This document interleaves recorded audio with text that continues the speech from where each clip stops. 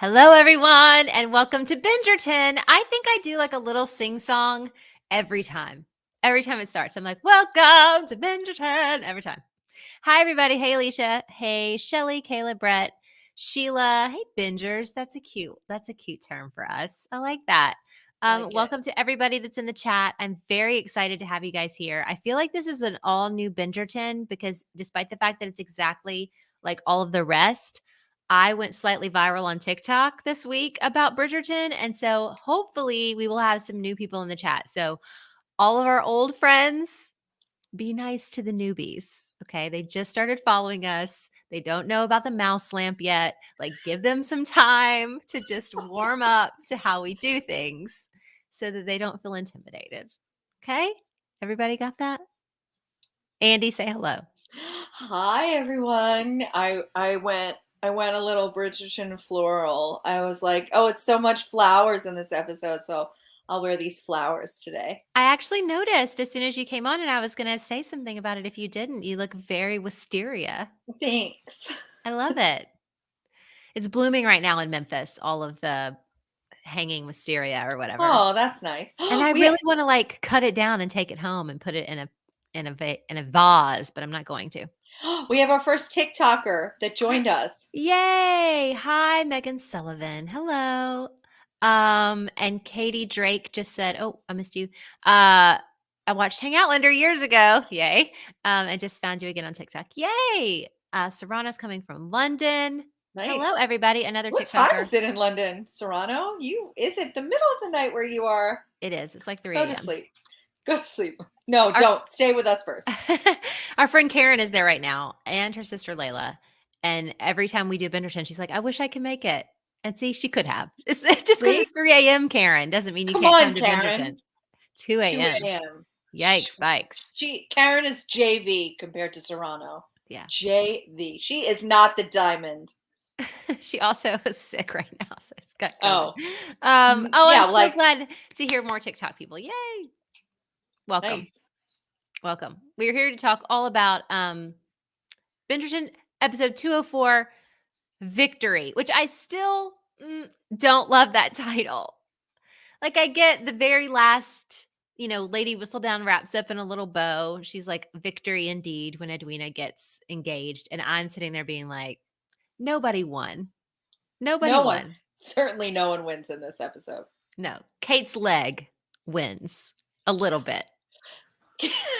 That's one of the things I had taken a note on. I was like, I mean, you got it. It's the star of the show, but like Kate's leg and Anthony's like 10 boners that he has in this particular episode. Those are the only things that win. And nothing else wins. Yes, that's true. So I don't like it.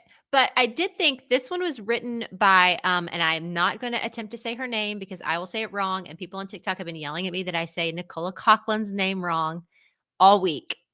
And I apologize. I am Southern and historically bad at I don't even say Outlander right. So I'm bad at that.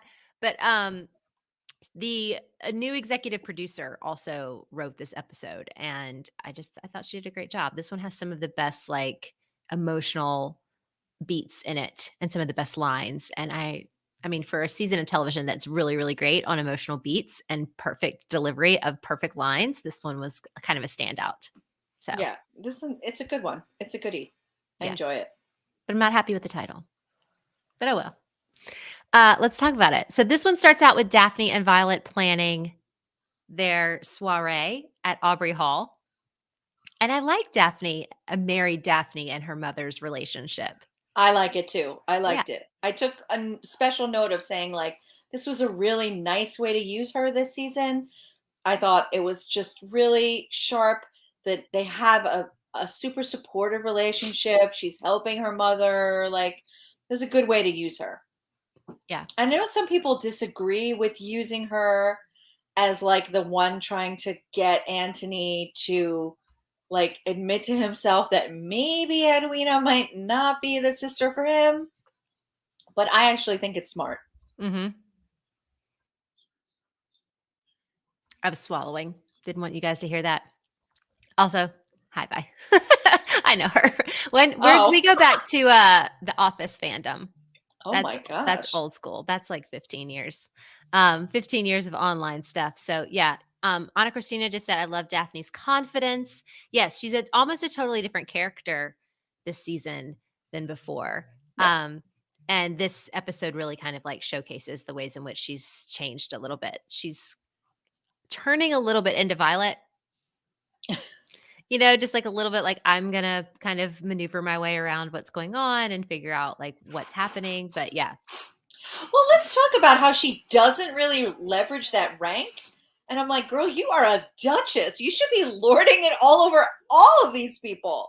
yeah, Yeah, I mean, we'll probably talk about that when we get into like later episodes. But I yeah. was like, come on, Daphne is a duchess, and none of this nonsense would have been happening. Like, none of it. Yeah, also, like, she's not wearing a tiara, like, I know that, like, she's not a princess, but she kind of is, and she's the highest ranking person other than that, and the fact that she doesn't honestly, the fact that she doesn't wear better gowns, like, just more embroidery or, I feel like some of her stuff is still really understated, Hmm. and or maybe it's just, like, her visage or something, like, her I don't know. She doesn't look stately, and if I were her, I would be in just something way more expensive than what everybody else could wear. I would be wearing a tiara, and I would be looking down on everyone.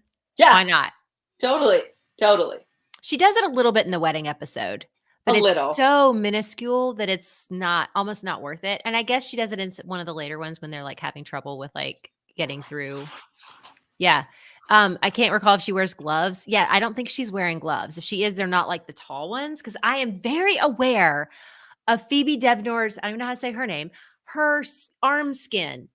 In season 1, I was laser focused on it because I have like the same type of skin that she does where it gets like red, kind of not patchy, but just like it has a weird red texture to it. Like when you can tell she's cold or you can tell she's hot. And I'm always aware of her skin. I'm like, "Why didn't they put makeup on her arms?" Yeah. Like, it always would bother me in season 1, and so I'm laser focused on her arm skin for some reason. So, yeah, she's not wearing, like, high gloves. Ooh, Jesse, we could have had more tiaras. Yes, we could have. totally. In a show where the jewels are untenable in this world, like, there's no possible way that Lady Featherington has all of that stuff on her dress, you know? There should have been some actual tiaras. That's all I'm I agree saying. with Lauren. She should absolutely be lording it over Anthony, like in a major way. Yes. And I guess it would have been easier to write that had Simon been there because everybody defers to the Duke so much in season 1 when he walks into a room and I think that had he been there, that they would have been a power couple instead of just her being his little sister still, because she definitely Mhm. still has like the little sister kind of attitude, and that sucks. Claudia wants less gloves. I love No, the gloves. Claudia.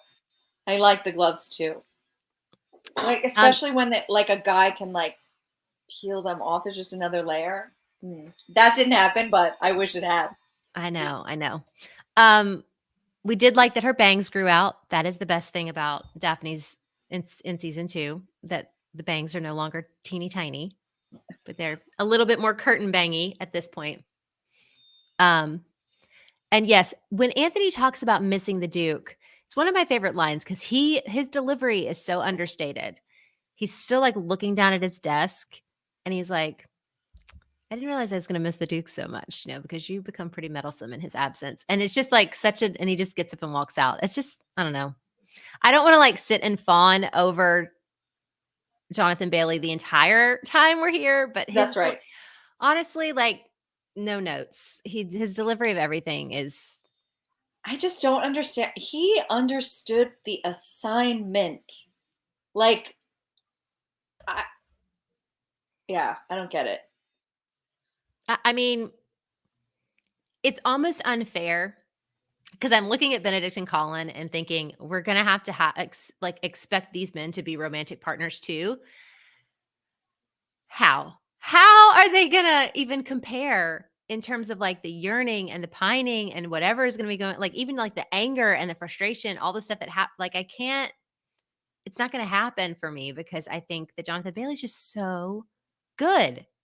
Yeah. Not that he's not necessarily better looking than them or anything. It's just like he takes up all the space when he's in the room, when he's on screen. I just Do you know how hard it is to make a smell not creepy AF?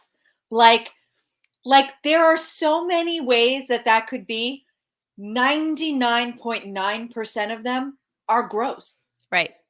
But God, when he does it, I want to take my pants off. I know. It's ridiculous. There's I'm rewatching the season with my husband, so he's on like episode 6 or 7 or something like that. And so they were just in the closet and with the wedding when after the wedding thing, Oh, and yeah. she runs out of the closet and he just turns his head Mhm. and just sniffs in. And it's just how how did he turn smell the fart acting into something hot? I don't know. But I he don't know. did. It's Yeah. crazy. And I'm actually real mad at you right here. Like real Yeah. mad. Vi, Yeah. leave. She she's more of a theater person than you are, Andy. Like it's beyond. More of a theater person than me? I'm Yes. going to London. We're having theater trips with Vi. When are we Yes. doing it? When are we Yes. doing it? Nobody's more of a theater person than me. Nobody. I would Yeah. love to chat with you. But yes, he is at the very beginning of the episode. Okay, so if we think about like where we were episode 3 and how it ended at the B scene, where they freak out and he's got his really, really confused tree boner moment. Which when my husband saw it, we watched it last night and he said, "Is he jacking off right now? Is that what's happening? Is he furiously jacking off?" And I was like, "Probably. Yes, probably." That's what's happening. Yeah, definitely what's happening.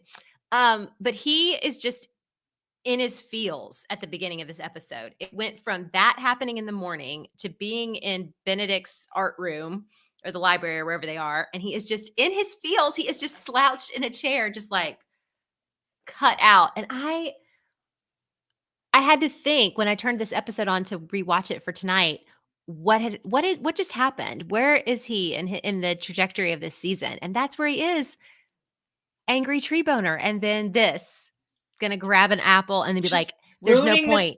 ruining the still life. Yeah, What does and it matter? he's just like, "Nothing matters." This is what he tells Benedict, like, "I don't even see, like, a point to any of this. Like, why Mhm. am I even bothering?" After being so sure and so on point with it. It's just, mm. I will tell Ryan that I wish that that's what was happening. I think it is what was happening. Um, we talked about this the last Bridgerton, Dana, like how we feel about the bee sting scene, um, where it diverged from the book. I appreciated it, because if they'd done it as it gets done in the book, we would have had the same story as Simon and Daphne's story, and I just don't see how. I mean, yeah, he could have sucked the stinger out, but the whole point of this entire season up until the end of episode 6, I guess, is for them not to have actually consummated their lust for one another. They needed to not actually have any touching that could be, truly misconstrued. Of course, her putting their hands to their chest is not okay, but there'd been no lips involved. Lips or genitals, I guess, involved in their lust. And so they needed to keep that distance so that when they do finally kiss, it's a consummation of sorts. So it's not how I want it to be in a romance novel. In a romance novel, they need to finger bang at least 30% of the way in, or I am out. But in this season of television, I'm prudy. I am very prudish about seeing sex on screen. It has to have a point and be well done. So, Michelle said him sucking the venom out would have been weird. Yes, it just doesn't fit with this season. They can't touch like that this early. The point was it's for him. It made him realize how badly he did want her. Like, Yeah. that little bit of touching her skin in that moment when he's having like such a heightened emotional reaction or panic attack or whatever you want to call it, like gave him the realization that this is who he wants. So we didn't need this B-second scene, I guess. Mm-mm-mm-mm-mm. Oh, Jesse, I like this point. I preferred it in the show as this private moment where Kate supports him through it with no real thought to her honor over helping Anthony. That's a very good point. Yeah, I didn't think of that either.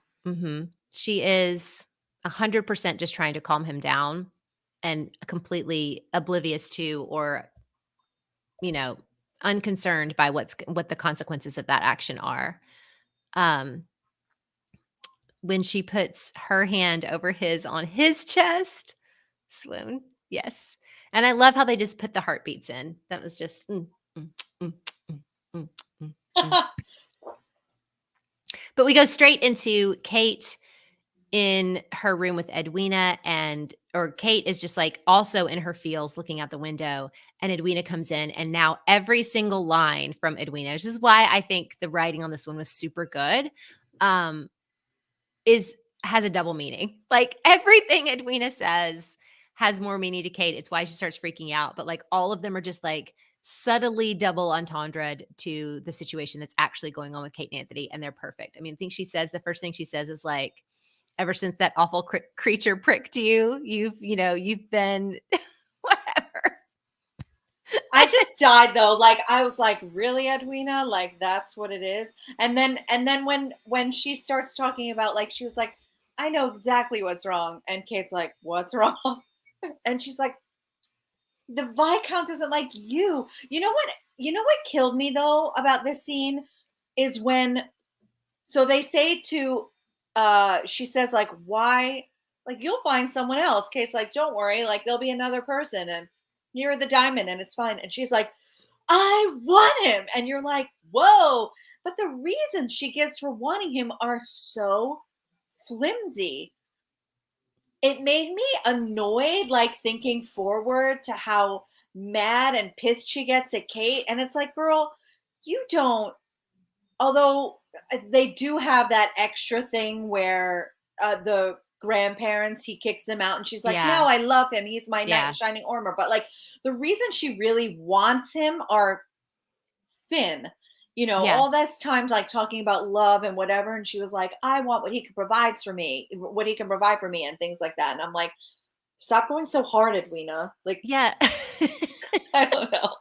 She definitely is after the Bridgerton name. She's after Aubrey Hall. She's after being like the queen of that castle. She even tells Daphne in this episode when Daphne's like trying to feel her out. She's like, you and your mom have done such a lovely job hosting everything. And she says, I can't wait until I get to host my own soirees. And she Soirees. might have just said, she should have just finished the sentence with here at Aubrey Hall. Yeah, Like, that's what she was saying, and yeah. it was almost like a Cressida Cowper move or something, like, it's Alicia just said that. oh, thank you, Alicia, for agreeing with me. Yes, it's said in this sweet tone, and it seems so super innocent, but as soon as I heard it today, I was like, "Damn, Edwina, why don't you just tell Daphne you're ready to take over?" Just suck it, Dowager Countess, soon to Yeah, be. I'll be throwing the parties here soon. It was yeah. a lot. It was a little cold. It was. It was very weird, especially for somebody who seems to be super naive throughout this whole part.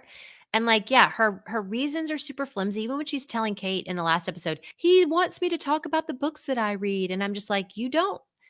Now, granted, in this time frame and the way that they do marriages, like marriages are built on a lot less, Yeah. but it is a very flimsy reason. Like all of the reasons Kate is telling her in the beginning to not go after him, like Edwina eventually, like it doesn't even register that Kate has Mhm. any objections. It's very, very strange. I agree with what Tara said here that the second time around, I really saw how much Kate was all in her feelings. The first time around, I thought she was still in enemies mode. Yeah, I think so too. I was still like anticipating her. I kept anticipating what was going to happen the first time around. So I was like more into where the story was going and less like aware of all of the emotional parts that they were really throwing out there. And so, yeah, when I was watching it again, I was like, damn, she's doing just as well as Jonathan Bailey, but Kate is more understated, which Mhm. is super weird because they're so much alike, but yet Anthony is the more emotional of the two. She is very buttoned up. Yes, a lot. Yeah. What do we think about the Kate Eloise Spencer discussion? Was that the last episode or was that this one? That was the last one. Yeah. I think we talked about it the last time. My impression of it was that Kate does not tell her that being a spinster is fun or good or what she wants. She tells her it's not preferable. She's like, it really sucks to be an unmarried woman in our society. So she's not giving Eloise really what she wants at that point and not making a point to say that she's content. She's not. Right. That's what I got out of it. Let's see. Y'all are talking a lot. Exactly. It was a Kelper move. Talking about Edwina, Jesse just said, I see that as a function of how she is and the romance she understands having been out of the society in her raising, how she sees love as provided for and safe. Yes. I'm just weirded out that she's so giddy about it in Yeah. a teenagery way. When she knows when she and Kate have had adult conversations about him specifically, it seems like when they went into it with like, you deserve love, you deserve, safety and comfort and all of these things, and you need to find a man who deserves you. And then she's giving her, strict reasons why he's not the one, for them to not have an intellectual conversation about why Edwina wants him versus like just kind of this silly girly one. It seemed a little weird. But anyway, no biggie. So yeah, that goes directly into one moment that I loved is Violet talking to Eloise. So the whole party shows up. Everybody's like getting out and getting there, which I also actually thought was kind of weird that there's a huge Aubrey Hall ball in the middle of the season because the season is meant to be in London. In London, yeah. And I thought it was strange that there was everybody from the town was coming to the country during the season. That was odd. But They're Bridgertons. yes, everybody's going to go where the Bridgertons want them to. Violet talking to Eloise, that scene where she's like, you need to go hang out with other young ladies. And Eloise is just like, doing that like hunchback thing she does.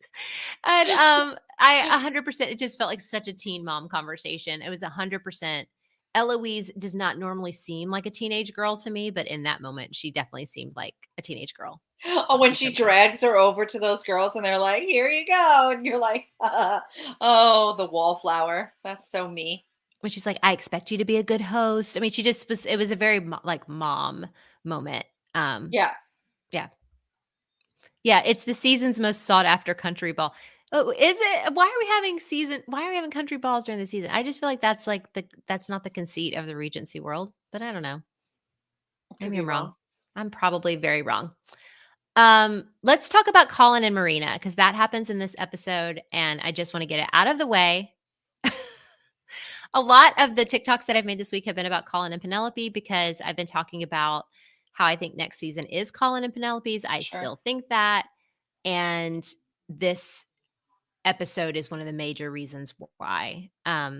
Colin gets closure with Marina, even though everything about that entire scene is the most awkward thing I've ever encountered. I cannot imagine what that would actually have felt like to have to endure.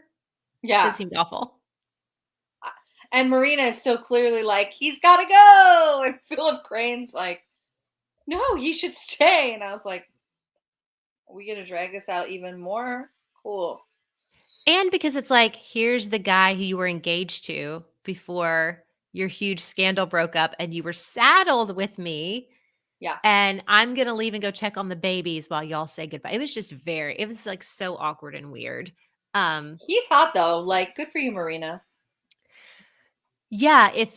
I think if and when, spoilers, he becomes Eloise's love interest, like his glow up will be very easy. He seems very hot and like he's a good actor. And I think that I think he fits. I could see him very easily being like an over studious grump, who just like is kind of, antisocial and doesn't want to be around other people unless they want to talk about his pet project. And so yeah, I think it's a good casting choice.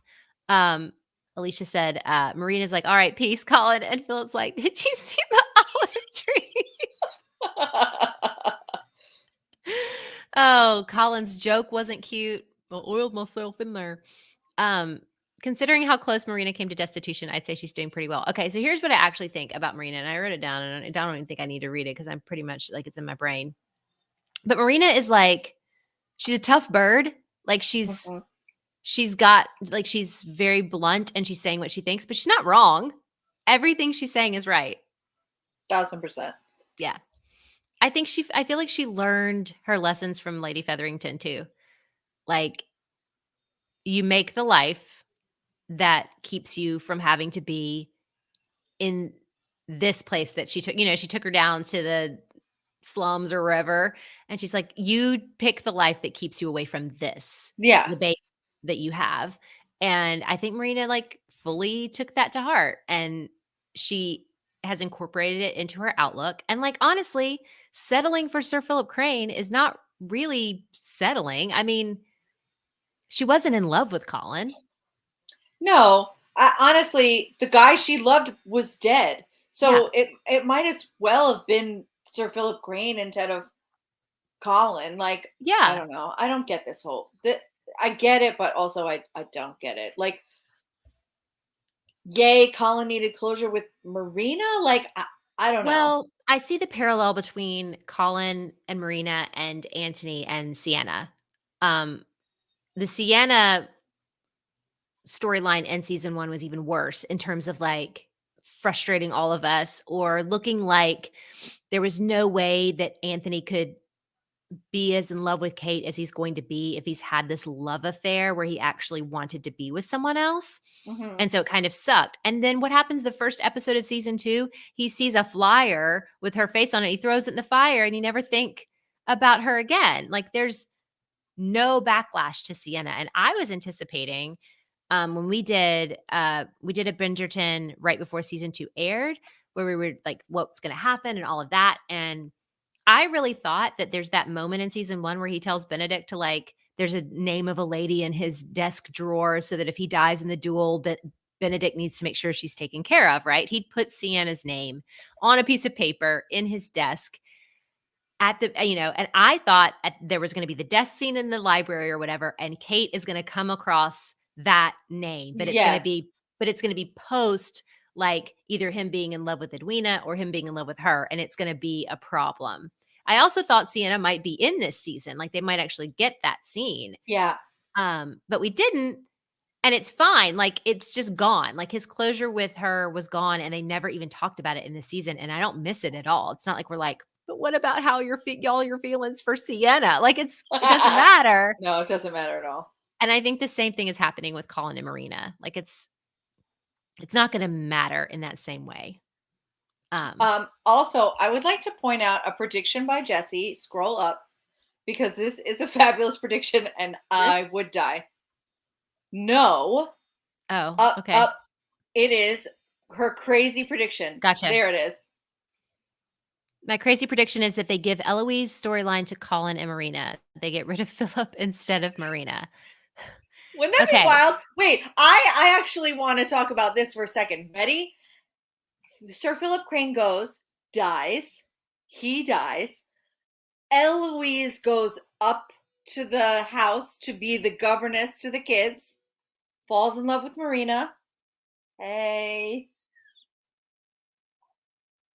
what do you think? I think She's like, that's not gonna happen.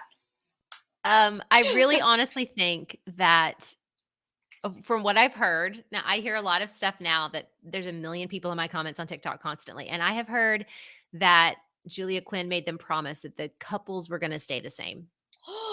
Really? Yeah, like they can do whatever they want, but The you know, they couples don't stay the same. they don't want she didn't want, Daphne ending up with someone else for whatever reason. So, I'm guessing no. Yeah. Oh well. It would Sir have been Crane nice. Sir Crane is a plant boy. Um If I just said, I just hope that Marina doesn't have the same fate as Book Marina. This is the contentious point, right? Okay, so I talked a little bit in a TikTok about what I think is going to happen with Colin and Penelope, and as we're talking about Colin and Marina, I'll just give you a little bit of what I think is happening in season 3. I think that what they telegraph for us in this season is that Colin is going to be super pissed about what Lady Whistledown has done to Marina and to Eloise and to all of them. He very much has disdain for her Mhm. throughout this season of television. So when it comes clear that it's Penelope, that's going to be like the center of their angst. So if Marina kills herself, That's gonna be even worse, right? Like, whatever he's feeling about what Lady Whistledown did to Marina years ago, or what they all did, because he's constantly saying, like, "We were so harsh on her." I think if she kills herself, it'll be worse, and then that'll be a far bigger dramatic story, but I think it might be too much, but I don't see how they when they introduced Marina in season 1, we were all like, "Well, that bitch is gonna die." Like, we all knew. Childbirth. Childbirth. Yeah, I childbirth mean, would be yeah. that is the easy way. It's Regency. Oh, she died in childbirth. Bah, done. Oh, Brett just said she tried to kill herself in season 1. I thought she was Yeah, just trying apparently. to I thought she Oh, was just trying to abort her baby. she's trying to herbal abort. Yeah, yeah. She just tried to abort the pregnancy, and she just, didn't succeed. Um, so sorry that we're so behind on you guys, like, you're not talking too much. Let's see. We can't. There's too many people watching us. We can't keep up. Okay, so Alicia said, I had a different take. I feel like everything in Marina's speech was supposed to turn Colin toward Penelope. Open your eyes, Penelope. Your future isn't in the past with me. I 100% agree. She is definitely pushing Yes. him to Penelope. She knows that Penelope loves him. She knows that they'd be good together. And like I said, I think she is confident and content and like chill.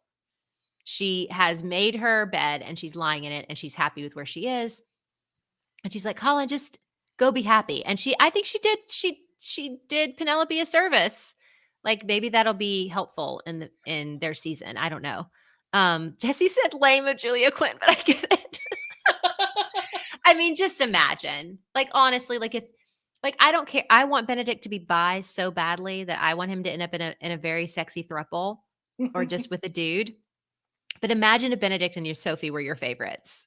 And like, That no, would he be. just Benedict and Sophie aren't anyone's favorites. you'd There, be surprised. there Come is on. no corner of the internet that thinks this.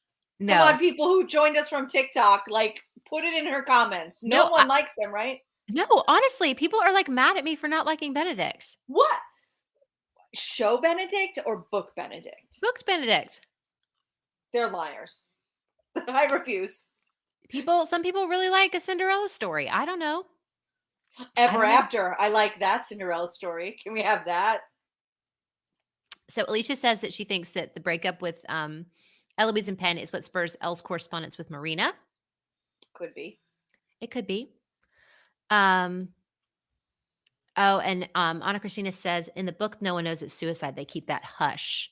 Oh. So that's true.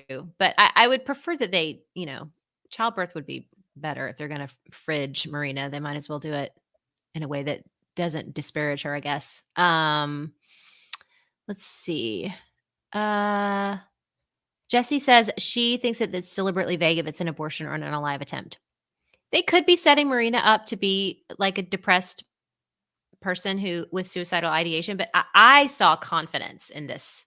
I don't know if it's the actress's portrayal, like if she was supposed to be more trying to convince herself as she's trying to convince Colin. That could be there in the subtext, but the way it was directed and the way she delivered it, I saw confidence, like convincing herself, yes, that she's content, but not in a way that would eventually lead to her, um, trying to kill herself. So I don't know, but Colin and Penelope have some interesting stuff happen to them in this episode. What I really would like to see is them dancing, and I'm surprised that we didn't get some of that um, Yeah, in why this did one. they why?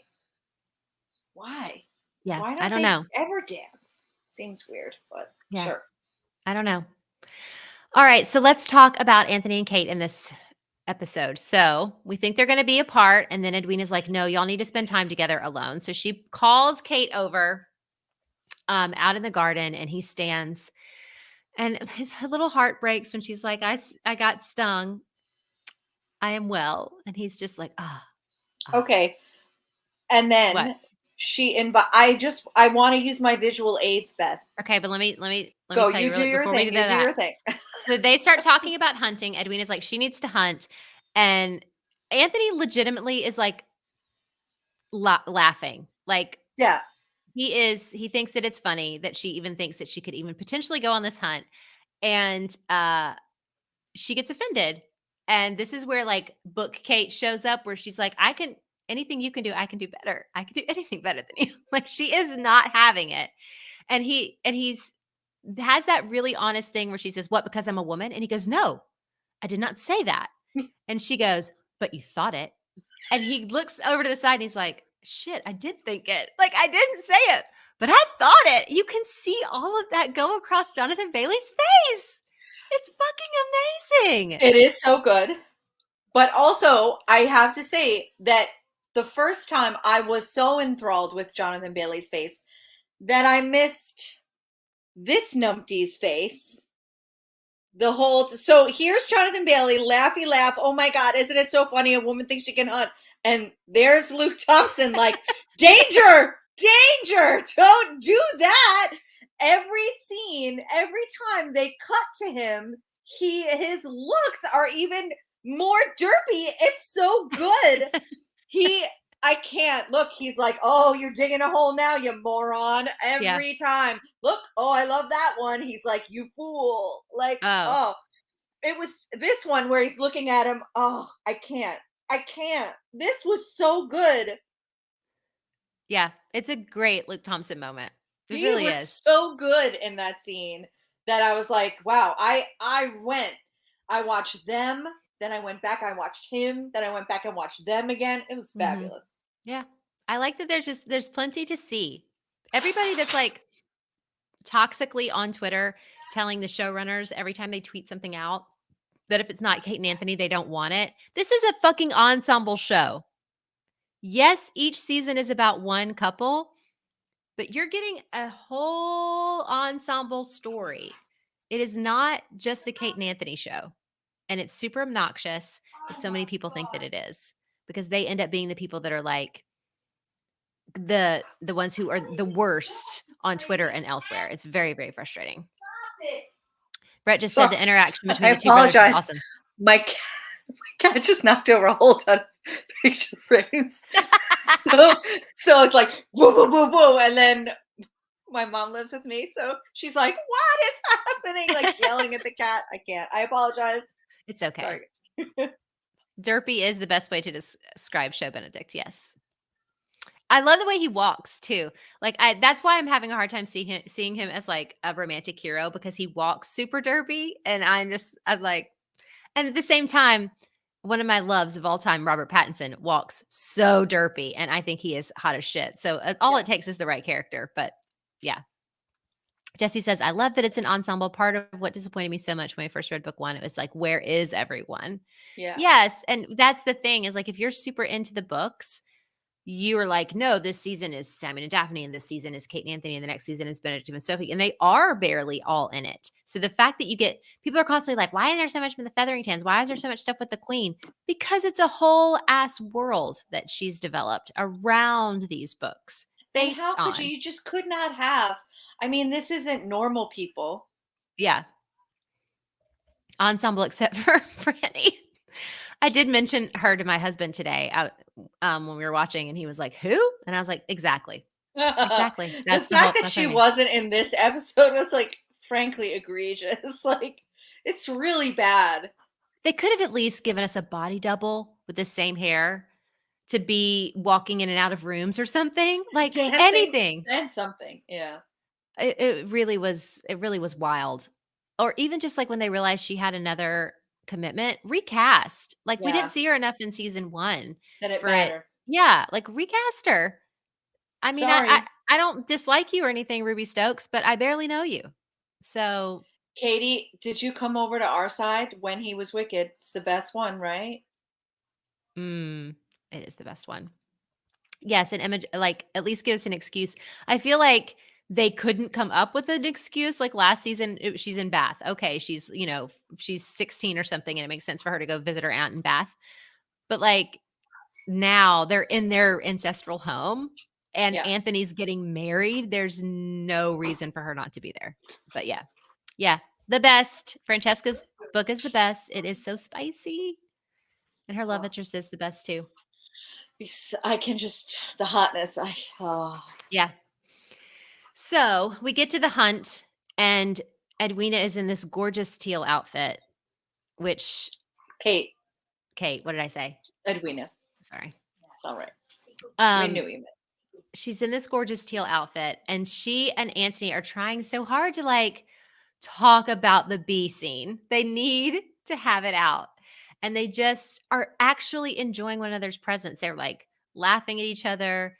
They see the humor in their own like predicament, and it's super cute. Like she just like looks at him with like glee, whereas up until this point it's been all animosity, and now there's pleasure there. I feel like she's in a state at this point where she thinks she can steer Edwina away from him, and so there's just, like, a little bit of, like, hope that it's gonna be okay, like, not necessarily that she thinks she's gonna be with him, but just enough of a she can indulge in what's happening with them because she thinks she can steer Edwina away from him still. By the hunt. I think Yeah. that shifts in this episode. Yes, but in the hunt scene. In the hunt, yeah. Yeah. Well, that when she pulls up that dress, I was like, "Girl, you a hussy. That is not reach appropriate." Whoa! It's barely 2022 appropriate. That was a lot of leg. I did like the top of the stocking. I was like, "Okay." Yeah, and I But mean, yeah. watching Anthony just, like, break down, he's just Yeah, he's like like it has been a while since I've seen a leg, and the thing is, he's never seen a lady's leg. That's true. He's only seen, bitches and hoes legs, so he is can't even function. It's so, so good. So my big revelation when I was rewatching in the hunt scene is when he is adjusting the gun for her, and it's this great scene where she's telling him to shut up because she's going to shoot something, and he's like, but you don't know how to hold this gun. She's like, I require no instruction, which is just great. It's just so super Kate, and I love it. And then he comes up to like fix the gun because she's got it below towards her elbow and needs to go up here. Mhm. He just full on just Right holds there. it, just grabs it and hangs on for a second. And I was like, God damn, Anthony, you can't just. She put her hand up here on it was, décolletage. Mhm. It was not a whole boob cup. And he just went for it. And she's no reaction. No reaction to that. I None. know. It's like she's either laser focused on the gun or she is for it. Well, I mean, she's obviously for it. That's when we get our first non-creeper sniff Oh, yes. He is when he's sniffing like, hardcore. and you're like, why am I so turned on? But I do love their conversation where he's like, "You put my hand on your bosom," and she's like, "Because you were overcome." Like she's like, "Because you were fucking losing it," and he's like, "But then you looked at me," and she's like, "You looked at me, not the way that you." I mean, like, and then they just look at each other, which is like, I know how you looked at me. This also makes me feel like this scene here makes me feel like Kate is not meant to be virginal, which I appreciate. Oh, right, that she wasn't a virgin because he totally grabbed her boob and Yeah, he grabs her boob. She's already riding astride, like she's flashing thigh. She is aware that his looks mean what they mean. Whereas, like, when you look at how naive Edwina seems and how naive Daphne was and how naive Eloise and Penelope are, like, if she's meant to be in that realm, then how does she know what those looks mean? And, uh, she's not raised in England, and maybe her rules, the way she was brought up, are different. They let her hunt, they let her, do other things. So perhaps it's not as, her chaperone rules and all of what she might have learned is just different. But it doesn't seem like the way the other virginal young ladies would react. that's true. They did have to send that maid after her though. That poor hapless maid. Props to her. Yes. I wish I could have played that part. She was great. Is Kate a lady? In the books, yes, but it's implied that maybe her father is problematic, whereas Mary is a lady, but Mary's not her mom. Thoughts? I think that they leave it ambiguous on purpose Yeah. because yes, her dad's like a clerk, and then later Yeah. on she says like he's like a steward or something one of the royal palaces. So he's not aristocracy. It's why her parents are pissed. And yeah, her mom, they never give us any kind of, like, lineage of who her mother is. So it's left like that on purpose. Like, it doesn't even really make sense, like, how they are really allowed to come back or have the money to travel or, all of that. So, who knows? Um, anyway, after the hunt, Anthony is tortured in that bed scene, just torturing himself, just self-abusing himself. Look, Alicia just said she's at least given a blowjob or two behind a tree somewhere. Haven't we all? Ah, Haven't we all? But no, he is tortured in that scene, and so is Kate. There was a scene they were supposed to be masturbating in those scenes because there's a scene in the trailer where she is wearing that same nightgown. white nightgown. Yeah, and like starts touching herself, laying in that same. It's the same visual, the same scene. And that was not in it, and I really think that's what was going on. Also, Anthony is looking up at the ceiling at, like, a mermaid boob, and I know he's just thinking about that boob graze, looking at the mermaid boob, and then he's like, "I gotta get out of this bed. I'm out." Well, I mean, that would be a good cut because, like, we had to watch Daphne masturbate last season. Like, did I need to watch it again? No. What? Just Daphne's not like Kate's sexy, and, like, Daphne's not, you know? I know, but like, I'm still not interested. I'm not interested in just 10 times of masturbation. Next season, I'll watch some masturbation. Like, give me a season breather in between. But it needs to be fraught. I like the fraughtness, I mean, not the it's already fraught. I did not say fraughtage. I said just wanna make that clear. I said, fraughtness, which is not a word, but, it is already fraught, you're right. But, then we have the library scene. So it's raining, she's in the library, she is, like, ethereally, like, hanging out on this ladder, and he walks in, and again, director, That was beautiful. perfection. The framing of him half in and half out of the Mhm. library door when he sees her has so much meaning. Like he's half in with what he thinks he wants and half out. Like he's half in with Edwina and like he can't even look at her, but he's half in the room. It was just beautiful, and it was beautifully shot, and I just when he makes the decision to walk fully into the room, I'm just like, "Yes, this is it. They're gonna, like, totally make out." And then they don't because the crack of the thunder, and she just, like, can't handle it. How many times does something loud happen to interrupt their intimacy? It's got to be at least 10 times that something interrupts them, but Uh, they get the emotional intimacy in this moment. It could have been physically intimate, but instead they get the emotional intimacy of talking about their fathers and her no, figuring out. Yeah, it was beautiful.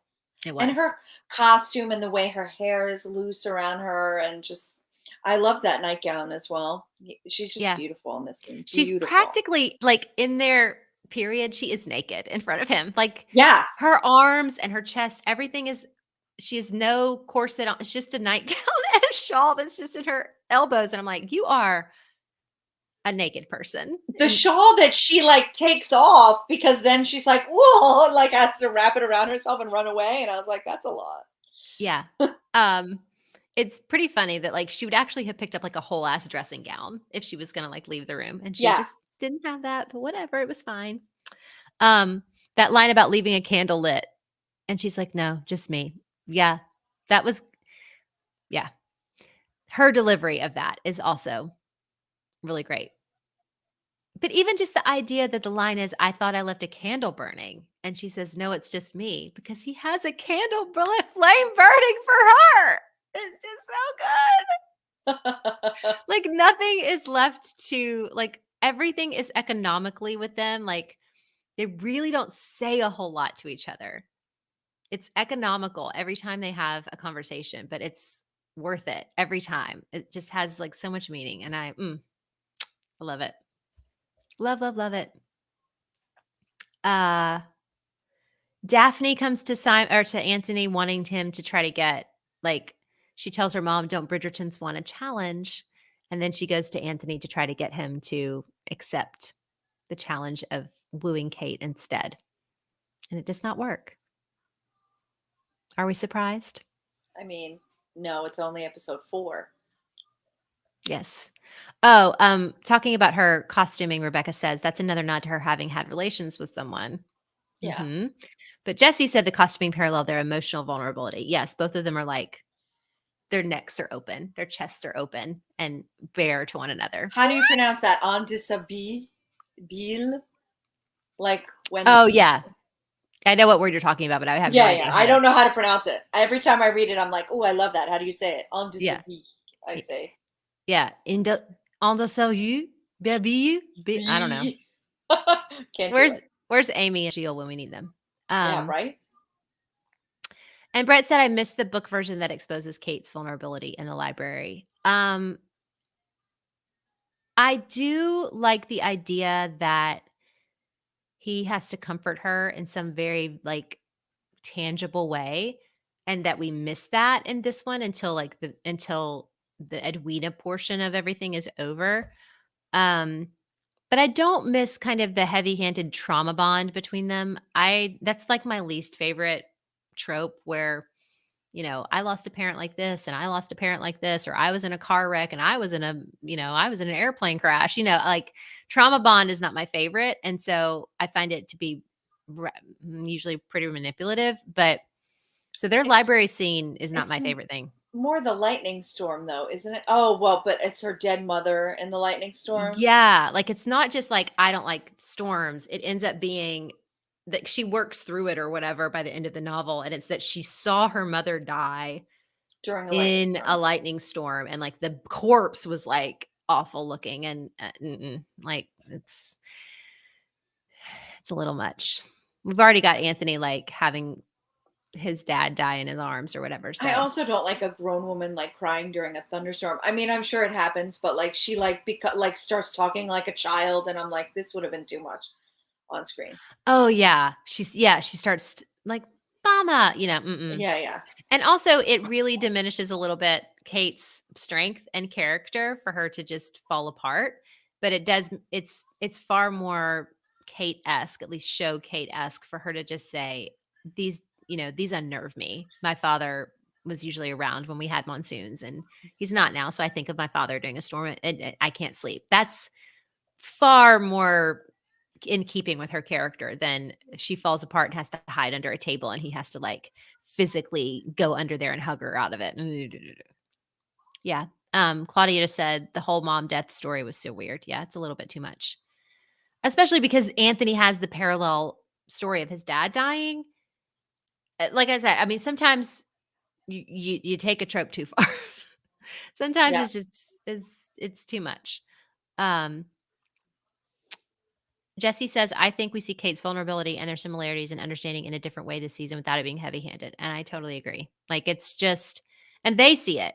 Like, this is where they realize, oh, because when Anthony tells Edwina, I lost my father too, it kind of sparks okay, I can respect this girl for having lost her father. We have that in common, but there's no vulnerability to him having lost his father. But with Kate, he tells her how his father died.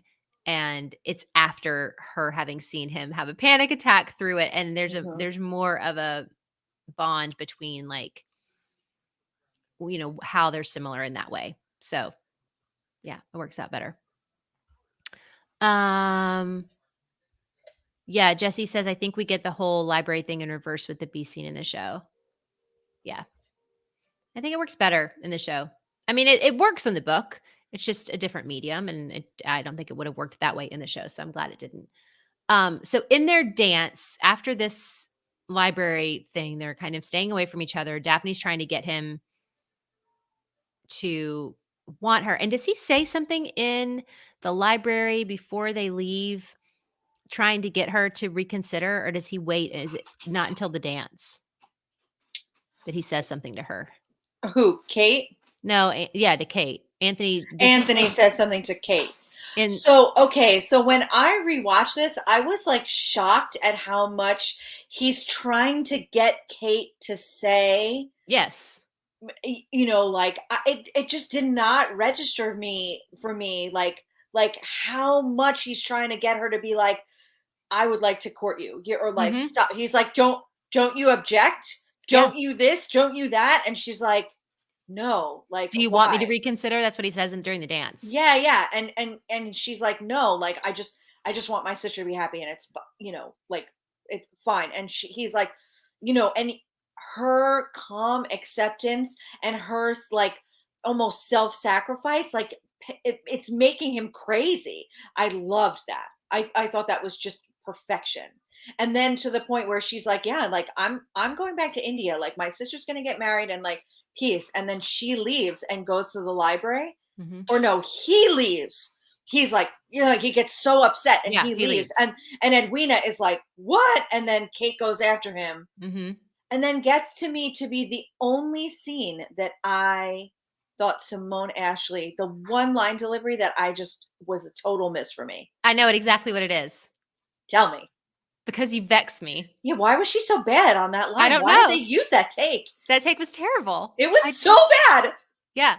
She's like, "Because you vex me." And I was Yeah, like, because "What?" you vexed me. And I was That's like, I could have awful. done that's not Mm-mm. find a better take. Mm-mm. It's So, Alicia, you just made my fucking point. Don't quit making points before I get to them, Alicia. Getting real mad about it. No.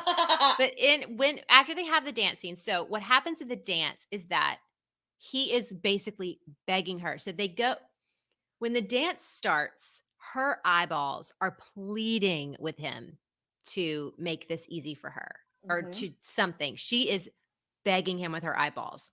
And that is what Lady Danbury sees. Lady Danbury immediately like zeroes in on the fact that Kate is pleading with him.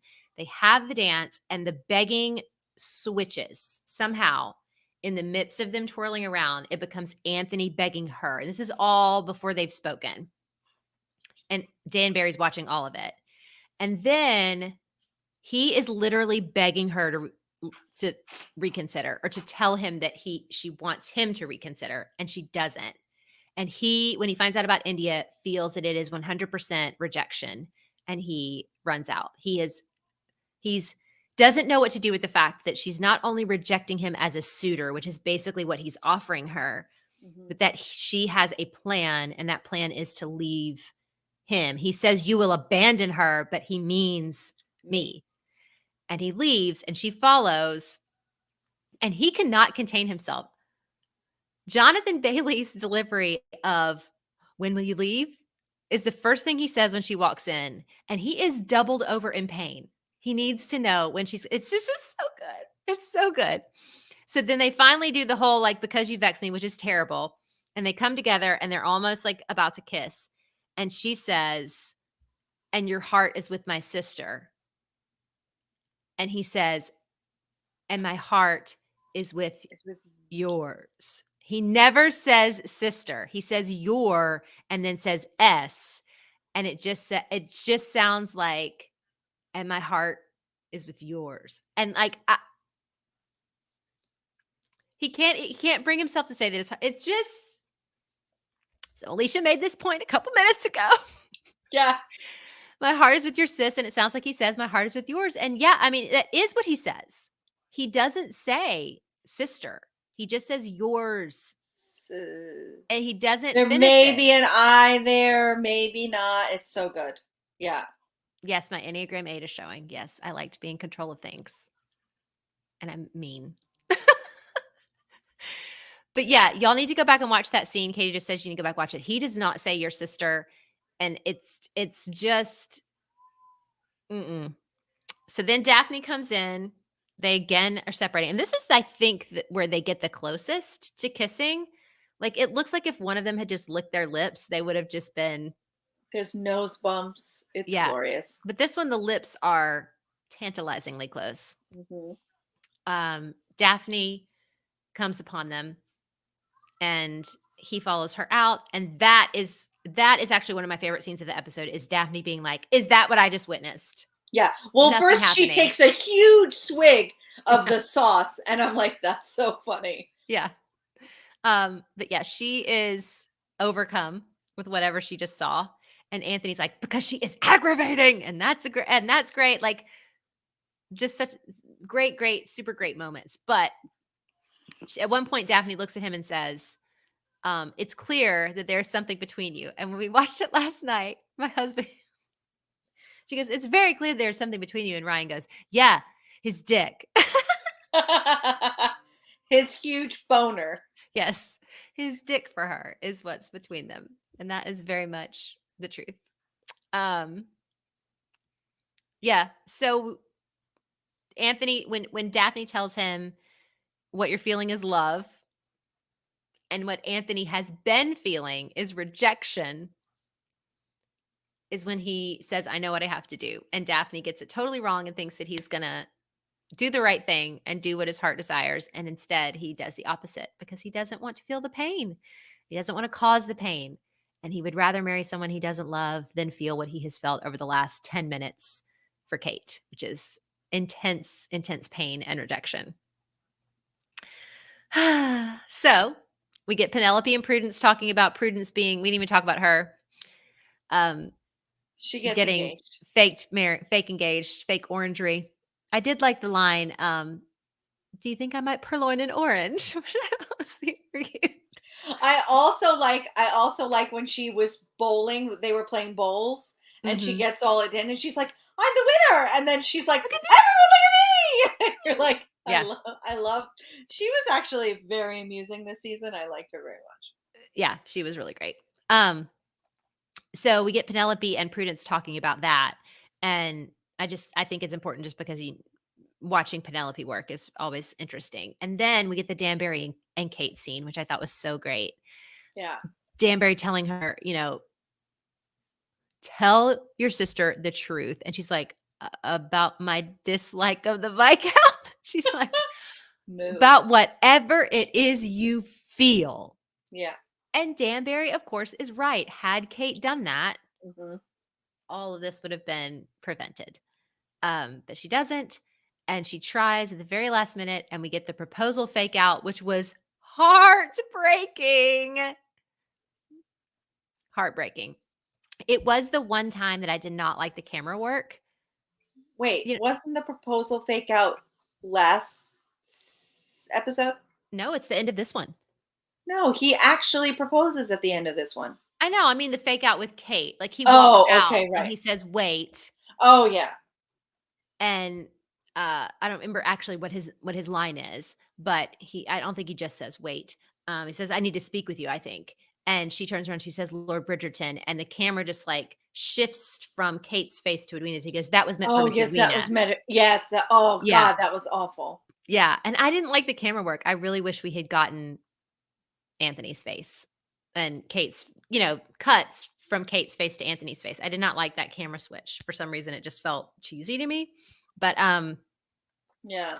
yeah, he's made this choice. His family's freaking out. Everybody's on the stairs except for Francesca, and watching him propose to Edwina, and she says yes, and Kate looks at him like, I can't. What the fuck are you doing? Like, I can't believe you Yeah. chose this, which is so odd because she rejected him, and I don't know.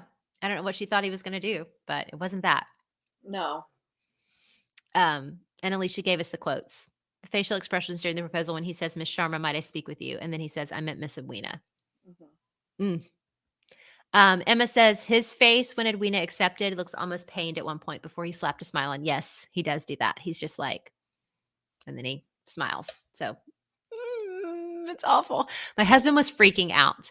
Like, it was really great watching it with him. He was like, he's not supposed to do that. What is he doing? How are they going to get out of this? He was not having it. It I was great. appreciate how invested he is.